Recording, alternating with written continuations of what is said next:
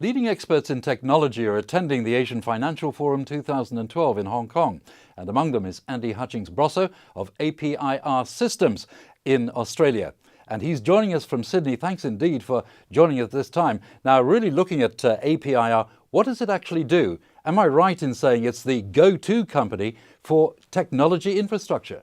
Very close, Martin. APIR is in fact the Australian industry standard identification and coding agency for the unlisted securities market. So basically, as every product or company on the Hong Kong Stock Exchange has a ticker, APIR provides that same ticker for all the managed funds that are sold in the Australian market for managed funds and superannuation, and of course are now opened in Hong Kong and doing the same thing there. And in developing the Asian markets, what brought APIR Systems to Hong Kong? Well, it was just one of those things, I suppose. My wife was at a HKTDC conference in Hong Kong last year in November. As a result of that, I decided I'd go and have a chat to the SFC and HKMA and, of course, to HKTDC and Invest Hong Kong. And we worked up quite a good rapport. And as a result of that, I attended the Asian Financial Forum in January this year with David Thomas, who runs the Australian delegation, backed by Austrade here.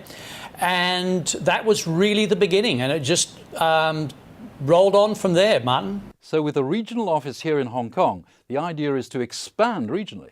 Oh, very much so. I think the really interesting thing is that Hong Kong is such a vibrant place, and it's so close to China, and of course that's where everyone wants to be. And we've established two companies in Hong Kong. One is APIR Hong Kong, which is there solely to look after the Hong Kong market, and also APIR Asia, which is there to run our activities as we expand across the Asian region. And at the moment, we're obviously focused on Hong Kong. We're having dialogue with offices in Beijing, and we're looking with our customers, our foundation partners, at other opportunities across Asia. So is it a rite of passage, really, for technology companies in Australia to use Hong Kong as a base for expanding in Asia? I think Hong Kong is amazingly important. As I said before, China is the main game for a lot of companies around the world at the moment, and Hong Kong is the place they go to launch those operations and to prepare themselves for future opportunities. Hong Kong provides a lot of good infrastructure, there are a lot of good companies there, there's the rule of law, there's just a whole lot of support facilities. HKTDC, Invest Hong Kong, it all just comes together to provide you with what you need. You've still got to survive in the market, you've still got to do your best, but you know, you make it as easy for yourself as you can. And I think Hong Kong's you'd really have to think hard about not picking Hong Kong as your launch pad. So Andy, how would you see the Asian Financial Forum 2012 being of use in your business?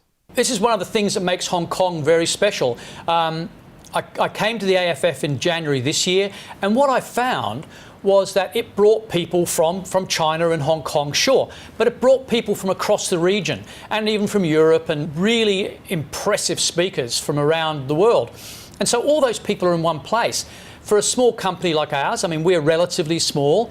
I can go to the AFF, I can meet people, and then on top of just by being there, but at the same time, there's the opportunity to meet people through mechanisms like the deal flow. And the deal flow is really important. And we may not cut a deal, but at least we get to meet people and talk about where the future lies. And that is just such an important part of moving from where we are, our base in Australia, which is very southern hemisphere, into China, into Asia and China and wherever. So, yep, the AFF is very much part of our strategy.